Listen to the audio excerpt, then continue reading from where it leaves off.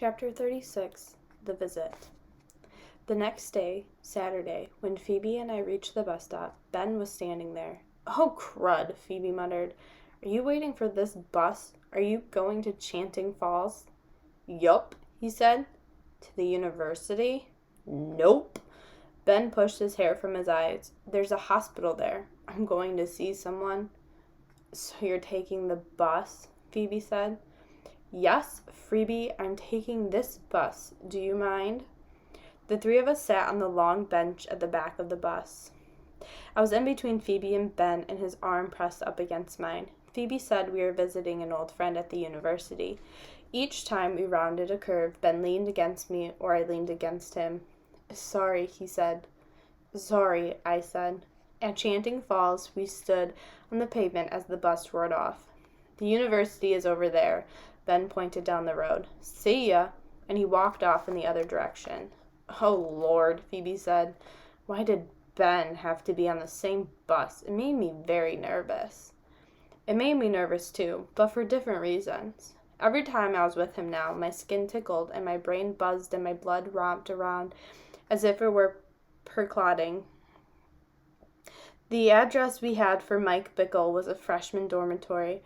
It was a 3-story brick building with hundreds of windows. "Oh no," Phoebe wailed. "I thought it might be a little house or something." Students were coming in and out of the building and walking across the lawn. Some were sitting on the grass or benches studying. In the lobby was a reception desk with a handsome young man standing behind it. "You do it," Phoebe said. "I just can't." We stood out like pickles in a pea patch. There were all these grown-up college students, and here we were, two puny 13-year-old girls. Phoebe said, "I wish I had worn something else." She picked lint off her sweater. I explained to the man at the desk that I was looking for my cousin, Mike Bickle. The young man smiled a wide, white smile at me. He checked a roster and said, "You're in the right place, room 209. You can go on up." Phoebe nearly choked. "You mean we could go right up to his room?" "Sure," the young man said. "Through there," he gestured.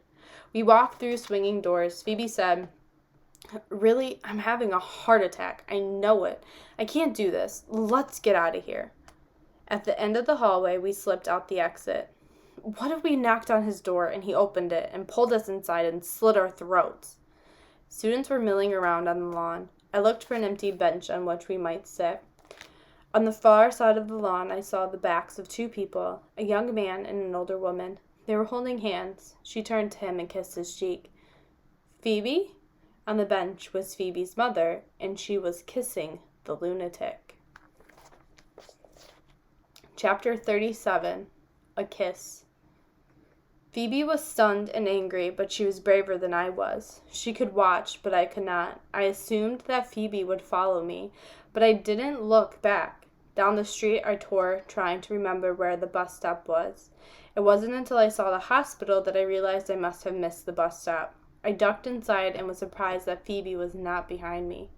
What I did next was an impulse, a hunch. I asked the hospital receptionist if I could see Mrs. Finney. She flipped through a roster. "Are you a family member?" she said. "No." "I'm afraid you can't go up then," she said. "Mrs. Finney is on the psychiatric ward. Family only." "I was looking for her son. He came here to visit her." "Maybe they went outside. You could look out back." Behind the hospital was a wide, sloping lawn, bordered by flower gardens. Scattered across the lawn were benches and chairs, and most of them occupied with patients and their visitors. It was a scene much like the one I had just left at the university, except here no one was studying, and some of the people wore dressing gowns. Ben was sitting cross-legged on the ground in front of a woman in a pink robe. She fidgeted with the sash. Ben saw me and stood up as I crossed the lawn. "This is my mother," he said. I said hello, but she didn't look at me. Instead, she stood and drifted across the lawn as if we were not there. Ben and I followed. She reminded me so much of my mother after she returned from the hospital. My mother would stop right in the middle of doing something inside the house and walk out the door. Halfway up the hill, she would sit down to catch her breath. She picked at the grass, got up again, and went a little farther. Sometimes my mother went in the barn and filled the pail with chicken feed, but before she reached the chicken coop, she set the pail down and moved off in another direction. When she could walk farther, my mother rambled over the fields and meadows in a weaving, snaking pattern, as if she could not make up her mind which way to turn. We followed Ben's mother back and forth across the lawn, but she never seemed to notice our presence. At last I said I had to go, and that's when it happened. For one quick moment, we both had the same agenda. I looked at him, and he looked at me. Both of our heads moved forward. It must have been in slow motion, because I had a split second there to be reminded of Mr. Birkway's drawing, of the two heads facing each other, with the vase in between. I wondered just for an instant if a vase could fit between us. If there had been a vase, we would have squashed it, because our heads moved completely together, and our lips landed in the right place, which was on the other person's lips. It was a real kiss, and it did not taste like chicken. And then our heads moved slowly backward, and we started out across the lawn, and I felt like the newly born horse who knows nothing but feels everything. Ben touched his lips. "Did it taste a little like blackberries to you?" he said. Chapter 38, Spit. At this point in my story, Graham interrupted. "Oh, yes, yes, yes," she said. "I've been waiting for that kiss for days. I do like a story with some good kisses in it." "She's such a gooseberry," Graham said. We were churning through Montana. I didn't dare check our progress on the map. I didn't want to discover that we couldn't make it in time. I thought that if I kept talking and praying underneath, and if we kept moving along those mountainous roads, we had a chance. Graham said, "But what about Peavy? What about her mother kissing the lunatic?" "I didn't like that kiss very much. It was the other one I liked. The one with Ben." I found Phoebe at the bus stop sitting on the bench. "Where were you?" she asked. I did not tell her about seeing Ben or his mother. I wanted to, but I couldn't. "I was afraid, Phoebe. I couldn't stay there." "And I thought you were the brave one," she said. "Oh, well, it doesn't matter. Nothing matters. I'm sick of it." "What happened?" "Nothing. They sat there on a bench having a gay old time. If I could toss rocks like you can toss rocks, I'd have plonked them both in the back of the head. Did you notice her hair? She's cut it. It's short. And do you know what else she did? In the middle of talking, she leaned over and spit on the grass." Spit. It was disgusting. And the lunatic, do you know what he did when she spit? He laughed. Then he leaned over and he spit." "Why would they do that?" "Who knows? I'm sick of it. My mother can stay there for all I care. She doesn't need me. She doesn't need any of us." Phoebe was like that all the way home on the bus. She was in an extensively black mood. We got to Phoebe's house just as her father pulled in the driveway. Prudence rushed out of the house saying, She called, she called, she called. Mom called. She's coming home." "Terrific," Phoebe murmured. "What was that, Phoebe?" her father said. "Nothing." "She's coming tomorrow," Prudence said. "But—" "What's wrong?" her father said. "What else did she say?" She sounded nervous. She wanted to talk with you." "Did she leave a number? I'll call her back." "No, she didn't leave any number. She said to tell you not to make any prejudgments." "What is that supposed to mean?" her father said. "Not make any prejudgments about what?" "I don't know," Prudence said. "And oh, most important, she said that she was bringing someone with her." "That's just grand," Phoebe said. "Just grand." "Phoebe," her father said. "Prudence, did she say who she's bringing?" "Honestly, could not say." "Did she refer to this person at all? Did she mention a name?" He was getting agitated. "Why, no," Prudence said. "She didn't mention a name. She just said that she was bringing him with her." "Him?" Phoebe looked at me. "Cripes," she said, and she went into the house, slamming the door behind her. I couldn't believe it. Wasn't she going to tell her father what she had seen? I was bursting at the seams to tell my own father, but when I got home, he and Margaret were sitting on the porch. Margaret said, "My brother told me you're in his English class. What a surprise." She must have already told my father this because he didn't look too surprised. "He's a terrific teacher. Do you like him?" "I suppose. I didn't want to talk about it. I wanted Margaret to vanish. I had to wait until she went home to tell my father about Phoebe's mother. And when I did tell him, all he said was, "So Mrs. Winterbottom is coming home." That's good. Then he went over to the window and stared out it for the longest time, and I knew he was thinking about my mother. All that night I thought about Phoebe and Prudence and Mr. Winterbottom. It seemed like their whole world was going to fall apart the next day when Mrs. Winterbottom walked in all cuddly with the lunatic. Chapter 39, Homecoming. The next morning, Phoebe phoned, begging me to come over. "I can't stand it," she said. "I want a witness." "For what?" "I just want a witness." "Did you tell your father about your mother and—" "Are you kidding?" Phoebe said.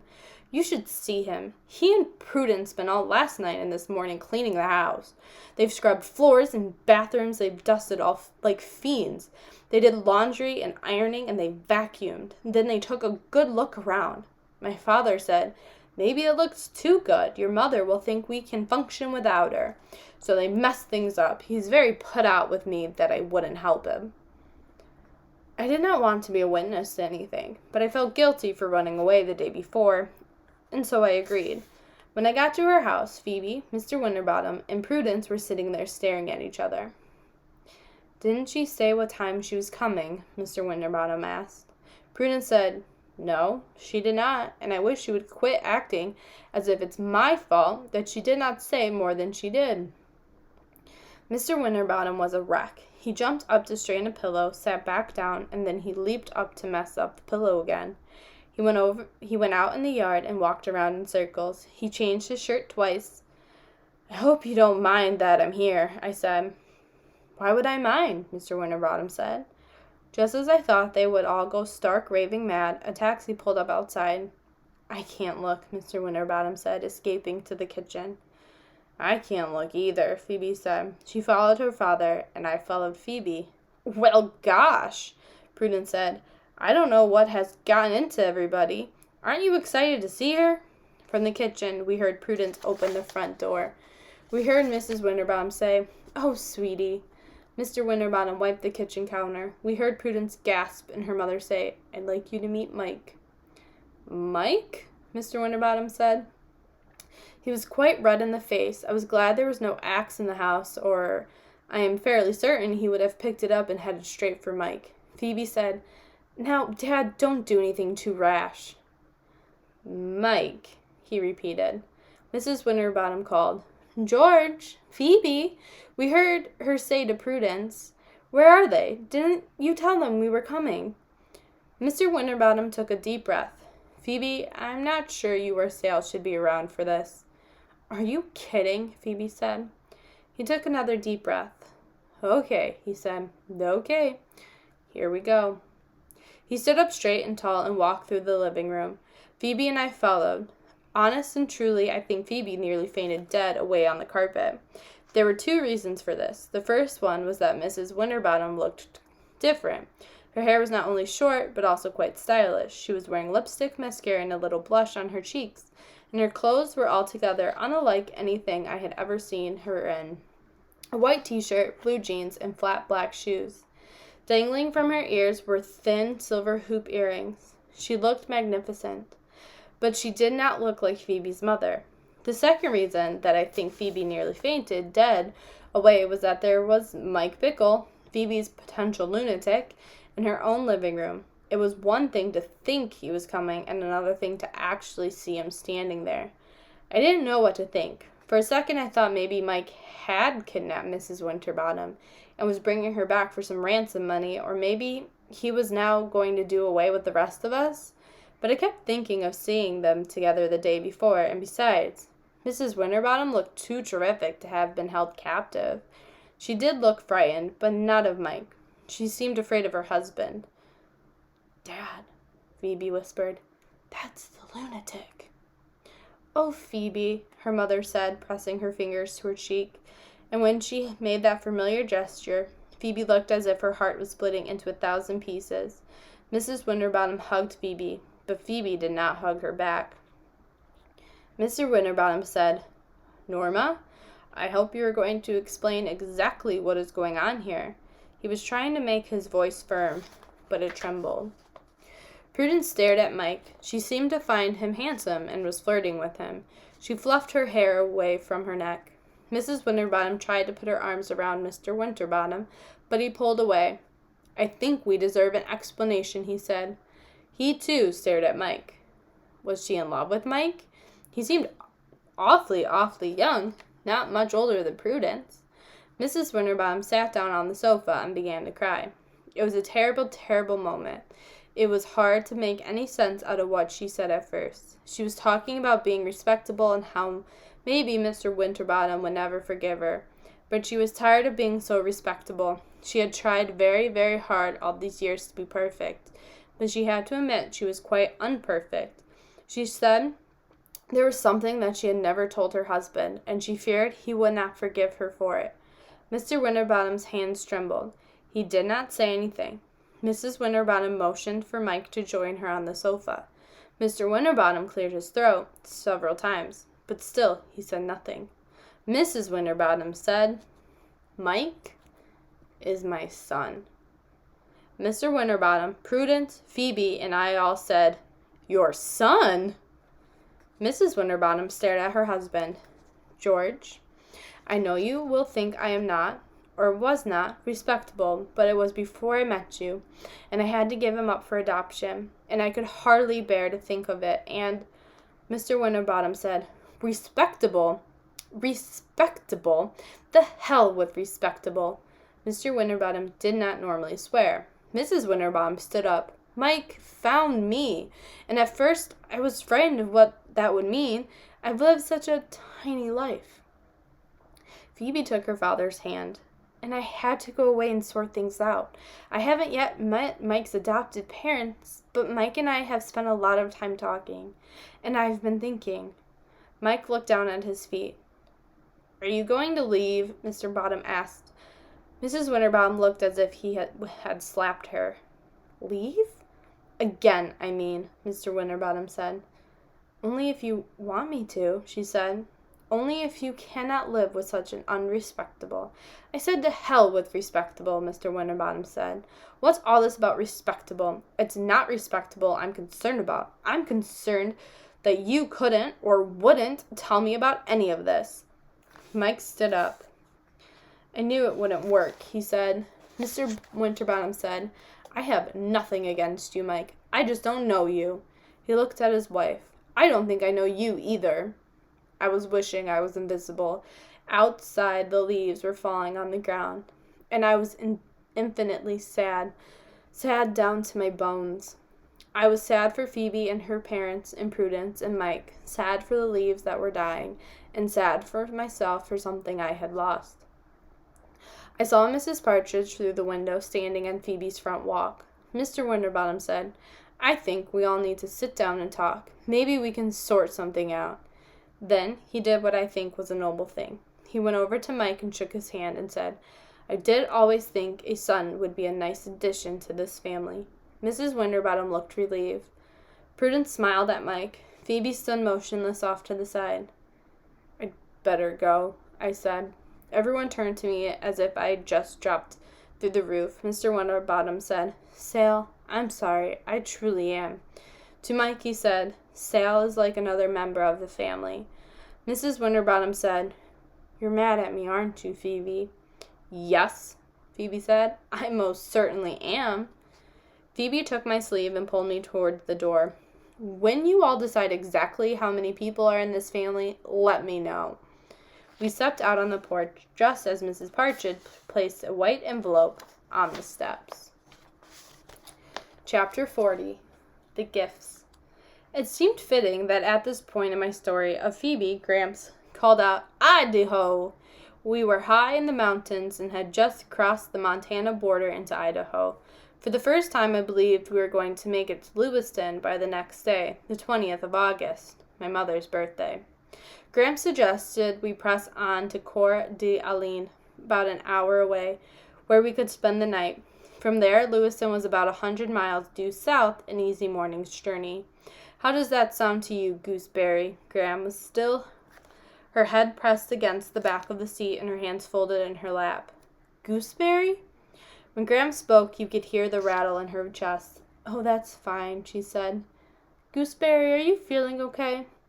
I'm a little tired, she said.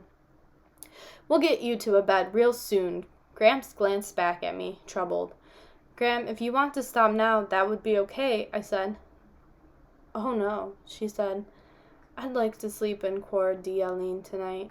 Your mama sent us a postcard from Coeur d'Alene, and on it was a bountiful blue lake. She coughed a long, rattly cough. Gramps said, Okay then, bountiful blue lake, here we come. Gramps said, I'm so glad Peebee's mama came home. I wish your mama could come home too. Gramps nodded his head for about 5 minutes. Then he handed me a tissue and said, Tell us about Mrs. Partridge. What was she doing leaving a gall-dang envelope on Peebee's porch? That's what Phoebe and I wanted to know. Did you want something, Mrs. Partridge? I asked. She put her hand to her lips. She said. Phoebe snatched the envelope and ripped it open. She read the message aloud. Don't judge a man until you've walked 2 moons in his moccasins. Mrs. Partridge turned to go. Bye-bye, she said. Mrs. Partridge, Phoebe called. We've already had this one. I beg your pardon, Mrs. Partridge said. It was you, wasn't it? Phoebe said. You've been creeping around leaving these things, haven't you? Did you like them? Mrs. Partridge said, as she stood there in the middle of the sidewalk with her head tilted up at us and that quizzical look on her face. She looked like a mischievous child. Margaret reads them to me from the paper each day, and when there's a nice one, I ask her to copy it down. I'm sorry I gave you that one about the moccasins already. My noggin forgot. But why did you bring them here? Phoebe said. I thought they would be grand, full surprises for you, like fortune cookies, only I didn't have any cookies to put them in. Did you like them anyway? Phoebe looked at me for a long minute. Then she went down the steps and said, Mrs. Partridge, when was it you met my brother? You said you didn't have a brother, Mrs. Partridge said. I know, but you said you met him. When was that? She tapped her head. Noggin, remember? Let's see. Some time ago. A week. 2 weeks. He came to my house by mistake. He let me feel his face. That's why I thought he was your brother. He has a similar face. Isn't that peculiar? Phoebe said, No more peculiar than most things lately. As Mrs. Partridge tottered back to her house, Phoebe said, It's a peculiar world, Sale. She walked across the grass and spit into the street. She said, Come on, try it. I spit into the street. What do you think? Phoebe said. We spit again. It might sound disgusting, but to tell the truth, we got a great deal of pleasure from those spits. I doubt if I ever could explain why that was, but for some reason it seemed the perfect thing to do. And when Phoebe turned around and went into the house, I knew that was the right thing for her to do, too. With the courage of that spit in me, I went to see Margaret Cadaver, and we had a long talk, and that's when I found out how she met my father. It was painful to talk with her, and I even cried in front of her, but afterward I understood why my father liked to be with her. Ben was sitting on the front steps when I got home. He said, I brought you something. It's out back. He led me around the side of the house, and there, strutting across a little patch of grass, was a chicken. I was never in my life so happy to see a chicken. Ben said, I named it, but you can change the name if you want. When I asked him what its name was, he leaned forward, and I leaned forward, and another kiss happened. A spectacular kiss, a perfect kiss. And Ben said, Its name is Blackberry. Oh, Graham said, is that the end of the Peavy story? Yes, I said. That wasn't quite true, I suppose, as I could have told more. I could have told about Phoebe getting adjusted to having a brother, and to her new mother and all of that. But that part was still going on, even as we traveled through the mountains. It was a whole different story. I liked that story about Peavy, and I'm glad it wasn't too awfully sad. Graham closed her eyes, and for the next hour, as Graham drove toward Coeur d'Alene, he and I listened to the rattly breathing. I watched her lying there so still, so calm. Gramps? I whispered. She looks a little gray, doesn't she? Yes, she does, Chickabiddy. Yes, she does. He stepped on the gas, and we raced toward Coeur d'Alene.